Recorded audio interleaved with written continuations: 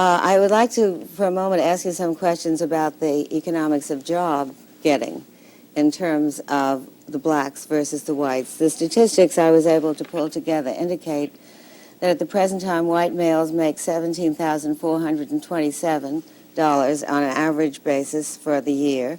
Black males make $12,738. White females make $10,244, and black females make $9,476. It is clear from these figures, as indeed I think it's clear to most of us from what we see, that there is a discrimination against blacks and against women in our present system. Since not all blacks will be superior, how would you try to even that out so that there would be some equality of job opportunities? Yeah, I'm sorry you missed the earlier part of the program when I pointed out that where you find people not represented evenly, that does not show the institutional effect, because almost nowhere in human affairs do you find people evenly represented. Well, if you compare comparable people with respect to age, with respect to education, etc., you get a totally different picture, both with respect to blacks and women. Now, the figures that I saw, for example, show more recently that if you take black families where the husband and wife are both college educated and compare them to a white family where the husband and wife are both college educated, the black family is now earning $2,000 a year more.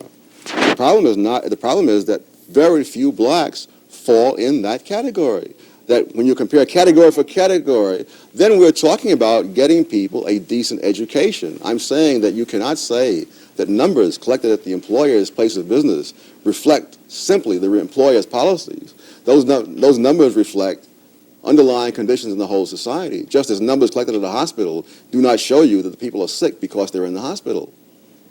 No, I would agree with that, but you would also have to agree that, generally speaking, women are paid less, for example, for the same jobs as men. No, I would not. I would not agree with that. If you're talking about women with the same number of years of experience, with the same continuous service, et cetera, then when I look at that, I don't find that disparity. I find, for example, in many cases, the women are making more, depending on how you break the data down. The difference with women is between married women and everybody else. That's the real difference.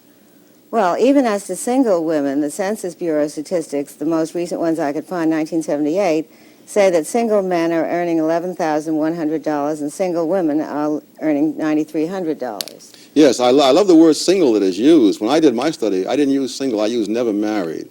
You see, a woman who is single at age 40, having spent 10 or 20 years raising children, is really not quite the same as a man of age 40 who's been working continuously for 20 years.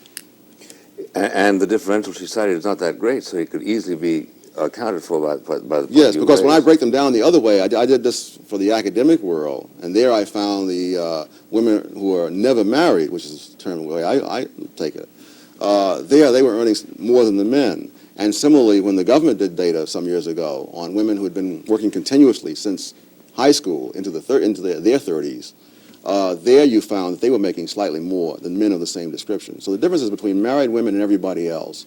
And married men get an extra bonus because their wives take care of many things that enable them to put more time into their careers.